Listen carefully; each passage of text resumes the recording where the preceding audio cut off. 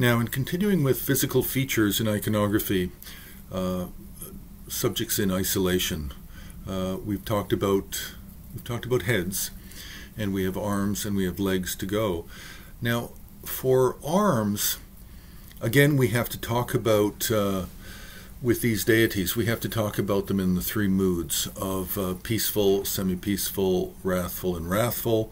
Of course, for arms, we have some variation between male and female, but the variation between male and female is not so pronounced.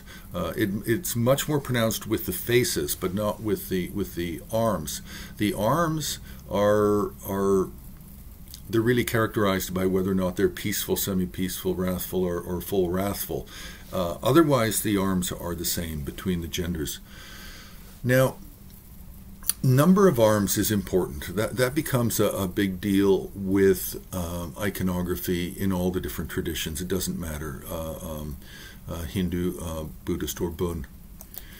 And with the arms, we actually have quite a lot of variation. Now, 2 arms is the most common, of course. And no, we've not found a one-armed deity, a one-armed iconographic form as yet. I mean, it may be out there, but I haven't found it. I haven't heard about it. Now, so 2 arms is the most common for the vast majority of deities. They have 2 arms. But we have quite a number with 4 arms as well, and so the most common is 2 arms, but then 4 arms, 6 arms, and 8 arms are the most common after that.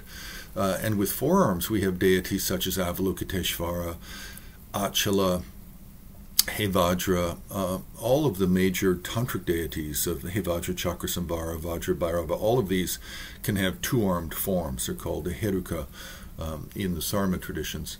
And the wealth deities are typically 2-armed, Jambala, Vaishravana. We can have 2-armed Mahakala, 2-armed Naratmya, 2-armed Prajna Paramita.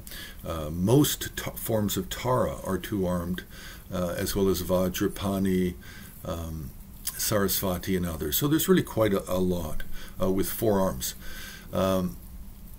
Then we have 6 arms, and again with that we can find deities like Achala, Hevajra, the 8 Kagya Heruka of the Nyingma tradition, Guru Trakpo, anything that looks like a Nyingma Heruka as opposed to a Sarma Heruka. They're two, artistically, they're 2 different ways of talking about deities.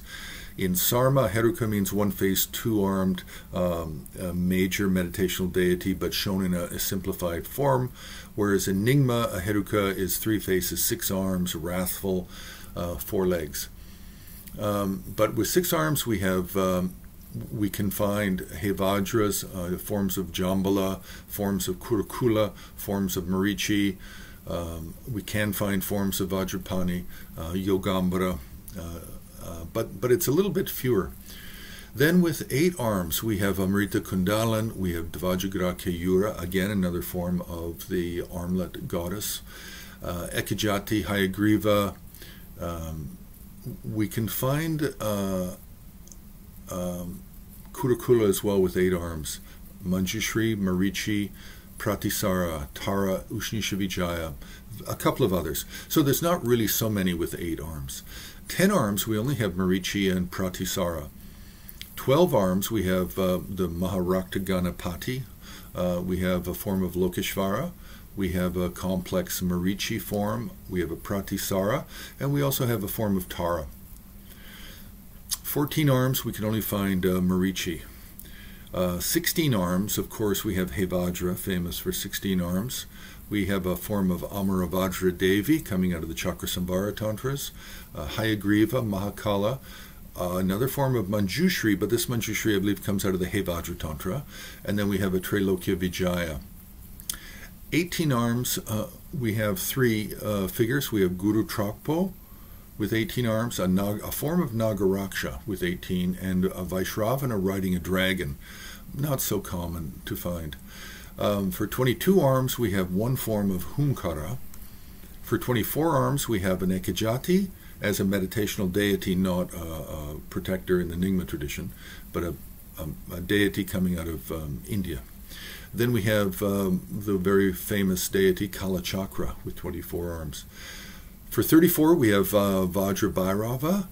76 arms, we have a single form of Chakrasambhara. 100 plus arms, we actually can find a form of Nagaraksha. As I said previously, there's many forms of Nagaraksha. And for 1,000 arms, we have Lokeshvara, Avalokiteshvara, 11-faced, 1,000-armed, and we have the white parasol mother, Sitatapatra. So we have, it's it's a little easier to understand. Now, there's something more complex in dealing with arms and numbers of arms, and that's dealing with hand gestures. And hand gestures are really their own topic, and so I think we've dealt with that already. If not, we'll review it again later. But we do have to then look at arms as for the animal-headed or animal-featured deities.